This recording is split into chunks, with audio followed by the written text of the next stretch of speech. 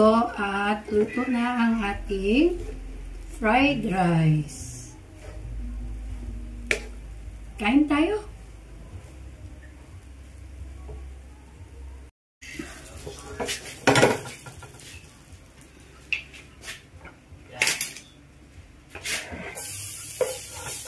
Magluto ta karon og fried rice. Sa akong gigamit kay butter. Sali ipa-golden brown ang ato ang garlic.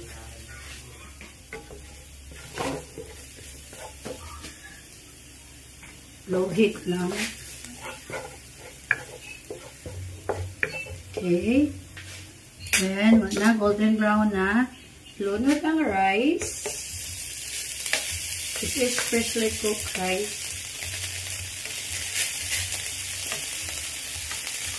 Umot kaayo ang butter o ang garlic.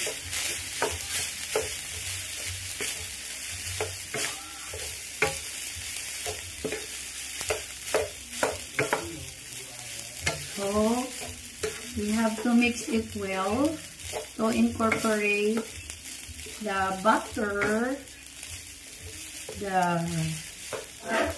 garlic, and the rice.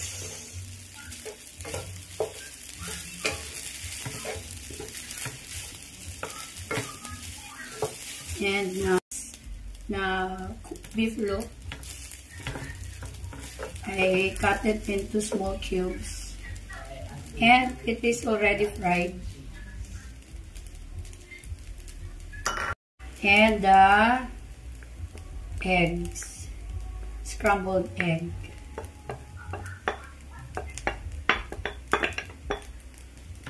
And of course, wala akong hotdog, wala akong ham, but I have my imitation crab meat. So, I will include this para mas sasarap pa. Ang crab meat is ready to eat.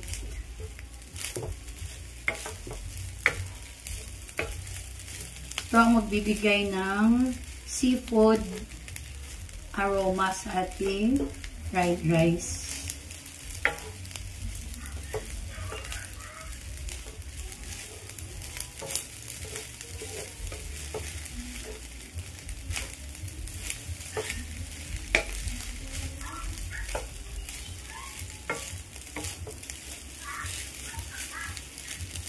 I will add soy sauce,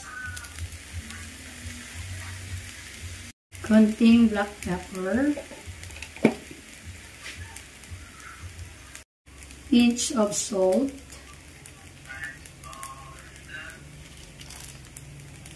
and pampalasa.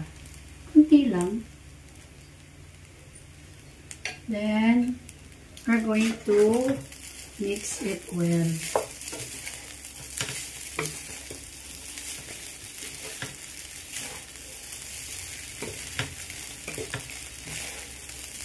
Ako kasi pag nagluluto, whatever is available sa ref, yun ang gagamitin ko. Hindi na ako maghahanap pa ng iba. Basta pwedeng maluto, idagdag para mas lalong sasarap ang pagkain. Ito na. Malapit na. So, we will cover this one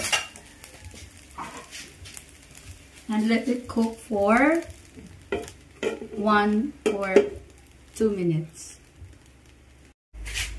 Ito at luto na ang ating fried rice. Sarap. Fried rice with crab meat. Napakabango.